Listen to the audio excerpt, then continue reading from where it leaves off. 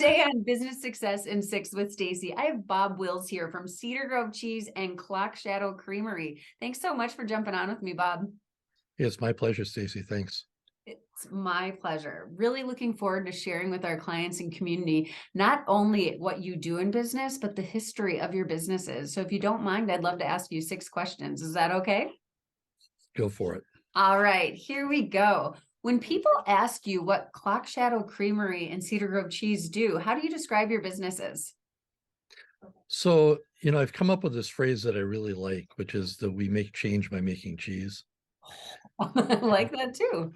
And, because I think it really captures that, that we're trying to have a bigger impact than just the cheese. We've been really active in environmentally responsible production. We've been involved in community development things. We've created jobs for a lot of people. We've been a leader in food safety efforts and that sort of thing. And but most importantly, we feed people and we make food, and that's like the top of the apex of human needs. So. Absolutely. That is very, very true. Well, thank you for doing all that. And I'm excited for you to actually expand upon that in a couple questions about the changes that you're making and the environmentally responsible. But my next question for you is, what were your plans when you started your business and how has that changed? I know there's some history behind there. Would you share that? Yeah, well, I took over a business that had been at Cedar Grove Cheese, had been running since 1878. So we're really one of the oldest cheese factories in the state of Wisconsin. And it was a family business. When we took over, it was making commodity cheese primarily for one customer. So there was a company that would come in once a week and pick up 60-pound blocks of Colby cheese and punch cylinders out of them so that they looked like Longhorns. And those went through craft and were sold that way. And so it was it felt like a company that had a lot of opportunity to develop from that commodity business to more interesting, and That's a good word. Yeah. Sexy sells cheese. And so we had a vision of producing really high quality, interesting cheeses and building a community around it. At one point I was thinking, we're gonna have an educational salon here, and we're gonna have reach out to other people in the industry and bring them in and have like weekly lunches and share ideas and all that kind of thing. And that never quite panned out to the degree that I was originally dreaming about. Okay. But we have worked with we've used our business to work with a lot of other cheesemakers and farmers to enable them to get in the business. So we share our space with right now I think there are 4 other cheesemakers who come in, 5, at least 5, who come in and use our space and make their own cheeses, and then and so they don't have to have the brick and mortar to do that. And we all learn from each other and share ideas. And then we also work with individual farmers where we take their milk and just convert it into a cheese that they can then go out and market themselves. So we sort of built our business around empowering other people. That is absolutely wonderful. Just a side question. When they would make those cylinders of cheese, what would they do with all the cheese around? The trim went into processing. So it went into like American slices and things like that. So there was no waste on it, but it was we weren't getting much value out of it. The pricing was really low. Sure. Okay.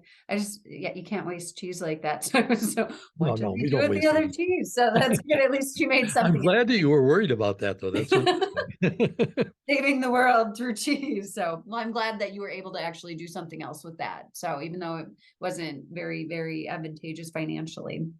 So, well, thank you for sharing that. So the third question I have for you is, what is the biggest way you impact the community? I know you said you're environmentally responsible. I'd love for you to expand upon that. And then obviously you're socially responsible and empowering others. So please expand. So so we were, you know, I think a business kind of takes on its owner's personalities, and you know, you were saying you're coming from a family business, and I'm sure that's true there.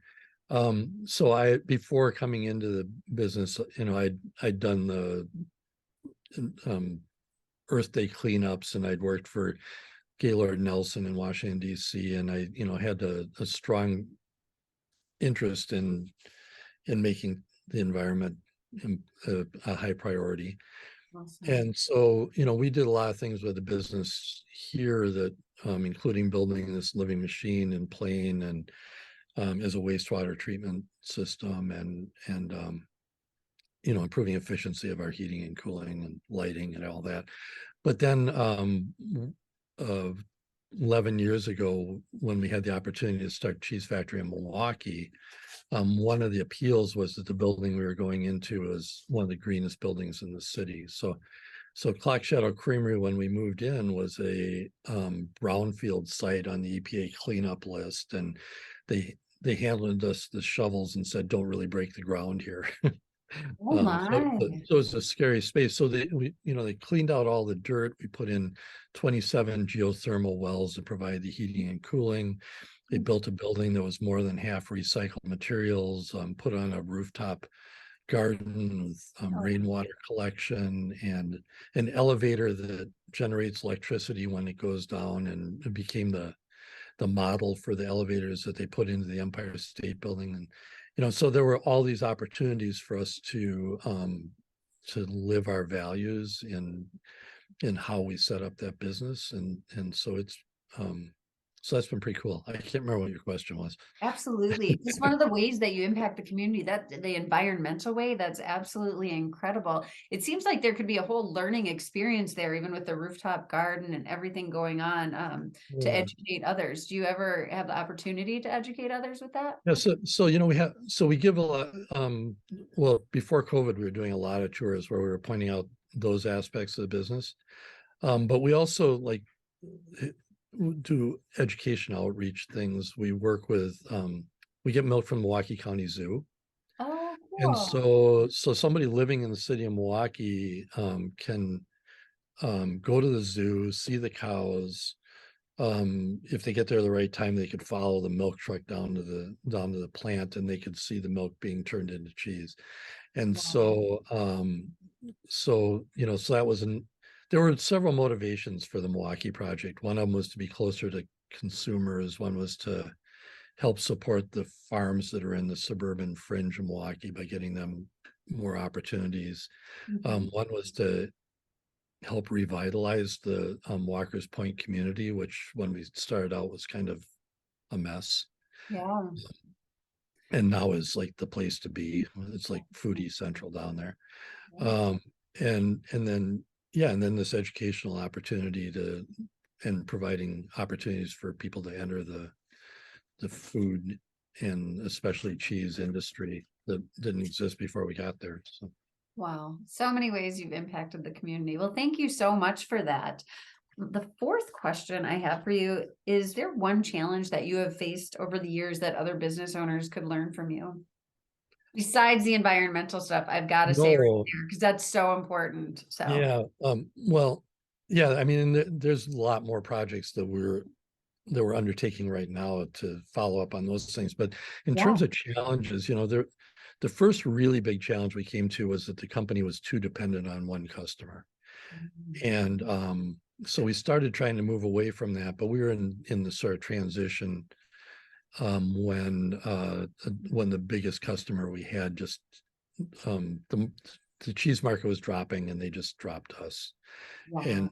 and canceled all their orders. And so we just started piling up inventory and sweating it. And fortunately, with the help of a gentleman at Swiss Colony who we just got in contact with through a cold call, we managed to stay in business and started doing more specialties and that. But the lesson that we learned was, you know, just keep diversified.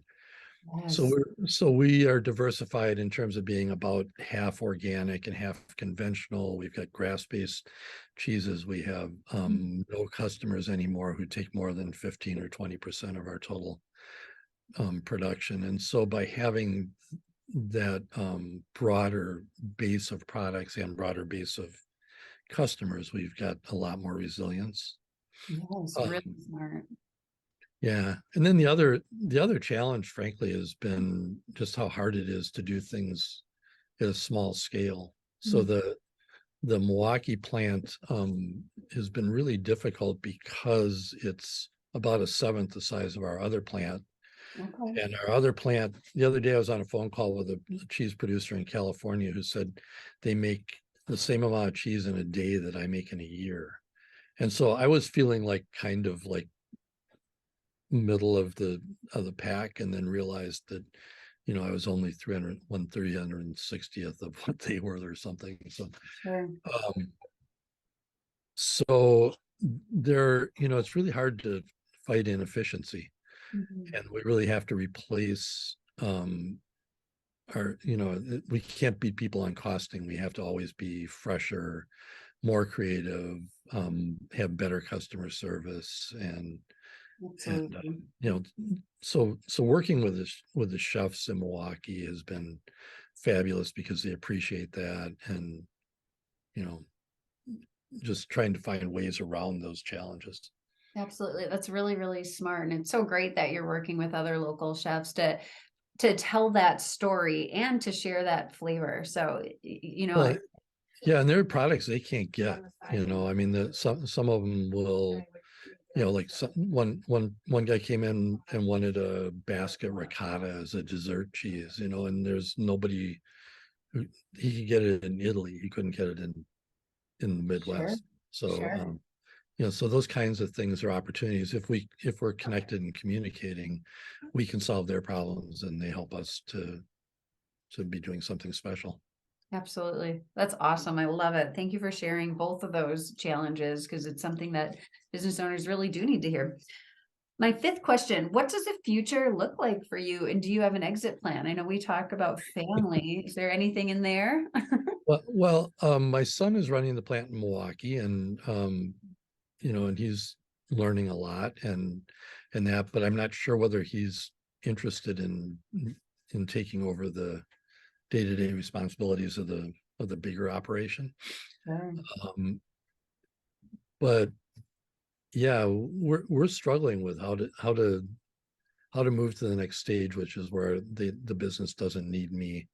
Yes. And I'm trying to gradually increase responsibility in other people, and sometimes that I feel like I'm making great progress in that, and other days I feel like I just don't know how it's going to work. So Sure. I don't have, so maybe your organization will be able to help me with that sometime. That sounds great. Yeah, and that's one thing we talk about a lot is the definition of a business is a commercial profitable entity that runs without you, but there's a disclaimer on there if you want it to. And I know in our family business too, it's my mom's baby. She wants to be involved still, so I That totally might be part of understand. the problem. I love what I do.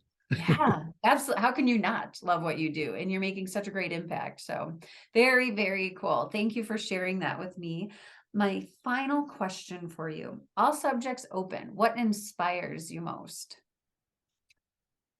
You know, I think it's the people in the industry. I mean, first of all, it's always been a really supportive, friendly industry where people share a lot, and that we formed an organization at one point called the Wisconsin Specialty Cheese Institute, and it was basically conceived as we'll just get together and we'll see how we can work together, and there was a lot of skepticism about whether people would share, Hmm. and you get a few beers and people, and it was really remarkable how open people were and how much they found ways that they could help each other's businesses, and a realization that the world's not all about competition, that we can create new opportunities and grow the overall market way beyond what we're doing. So I think that sort of transformed the industry.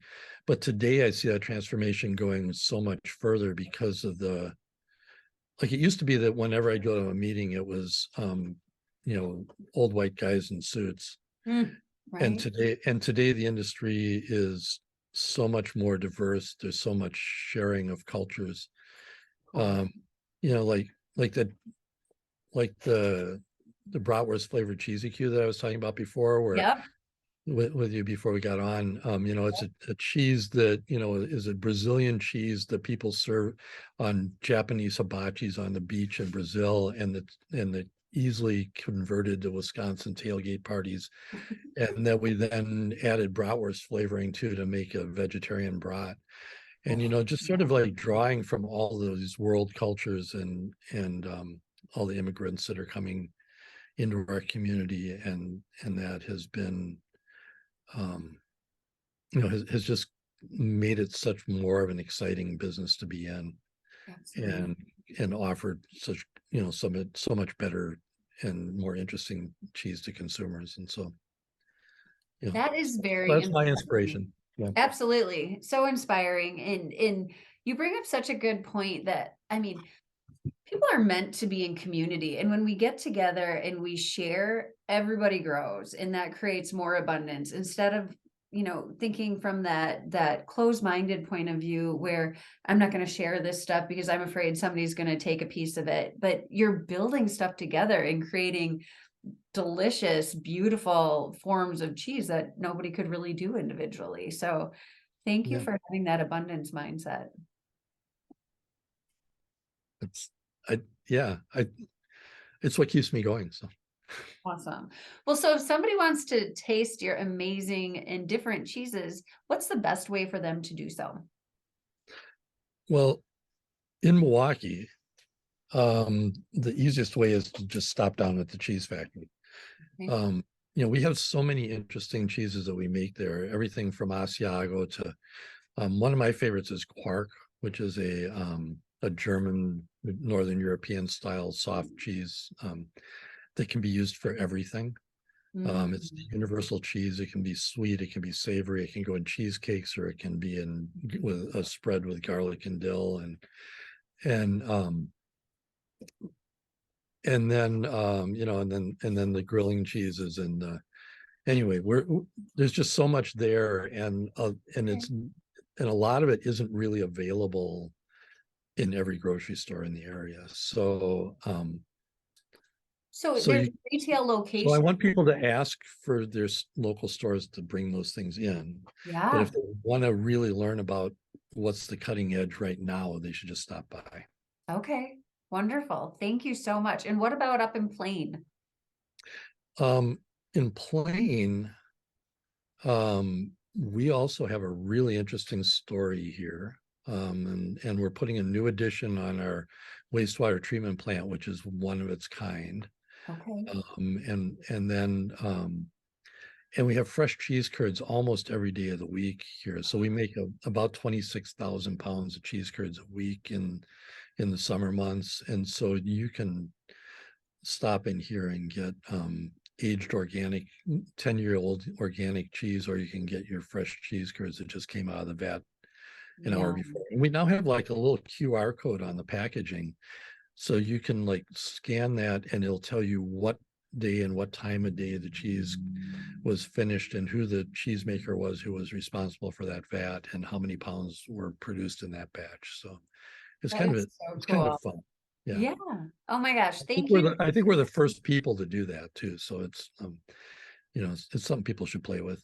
Absolutely. Be proud of that. Well, thank you so much for your time today, Bob. Absolutely incredible hearing your stories about both of your businesses. Thank you so much. Yeah, well, I'm happy to have spent the time with you. So thank you. Yeah. Have a good day. You too.